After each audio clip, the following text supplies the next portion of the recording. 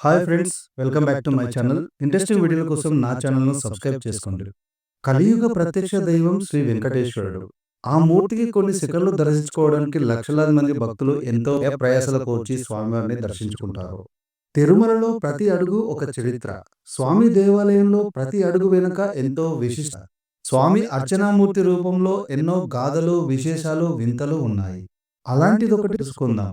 శ్రీవారి గడ్డం కింద నిత్యం పచ్చకర్పూరంతో అలంకరిస్తారు. దానికి కారణం తెలుసా? ఎందుకు పచ్చకర్పూరంతో అలంకరిస్తారో, దాని ఆంతర్యం ఏమిటో తెలుసుకోవాలని అనుకుంటున్నారా? అయితే తెలుసుకుందాం రండి. శ్రీవారి భక్తులలో అగ్రగణ్యుడు అనంతాళ్వారు. ఆ శ్రీవారికి సేవ చేస్తూ శ్రీవారి భక్తులలో అగ్రగణ్యుడు అనంతాళ్వారు. ఆ వారికి సేవ చేస్తూ తరించిన భక్తుడు అనంతాళ్వారు. ఇతడు శ్రీవారి కొండ వెనుక భాగంలో నివసించేవాడు. ఈయన ప్రతిరోజు స్వామివారికి భక్తితో పూలమాలలు సమర్పించేవాడు. ఆయన ఒకరోజు పూల తోటను పెంచాలని నిర్ణయించుకుంటాడు. పూల తోటను పెంచాలనే నిర్ణయానికి వచ్చిన తర్వాత పూల తోట పెంపకానికి సరిపడా నీరు కోసం ఒక చెరువును తవ్వాలని నిర్ణయించుకొని పని మొదలు పెడతాడు.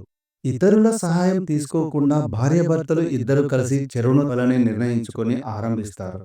చెరువు తవ్వే సమయానికి అనంతాళ్వారుని భార్య నిండు చూలాలు.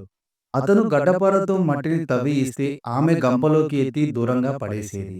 అంతలో ఈ తతంగం అంతా చూసిన శ్రీ వెంకటేశ్వర స్వామివారు ఆ భార్యాభర్తలకు సహాయపడాలని అనుకుని 12 సంవత్సరాల బాలుని రూపంలో అక్కడికి వస్తాడు. గర్భిణీగా ఉన్న ఆమెకు సాయం చేస్తానని చెప్పి ఆ మట్టిని పారబోస్తా అంటాడు.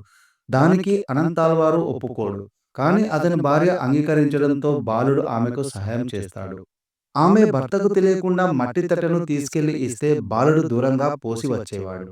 ఆమె మట్టి తట్టెని తీసుకెళ్లి తొందరగా రావడం గ్రహించిన అనంతాళ్వారు భార్యని ప్రశ్నించగా ఆమె బాలుడు సాయం చేస్తున్నాడని చెబుతుంది. దాంతో అతడు ఆగ్రహానికి గురవుతాడు.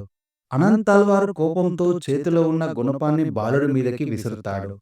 అది ఆ బాలుడి గడ్డానికి తగులుతోంది. దాంతో బాలుడి రూపంలో వచ్చిన వెంకటేశ్వర స్వామివారు ఆనంద నిలయంలోకి వెళ్లి కనబడకుండా మాయమైపోతాడు.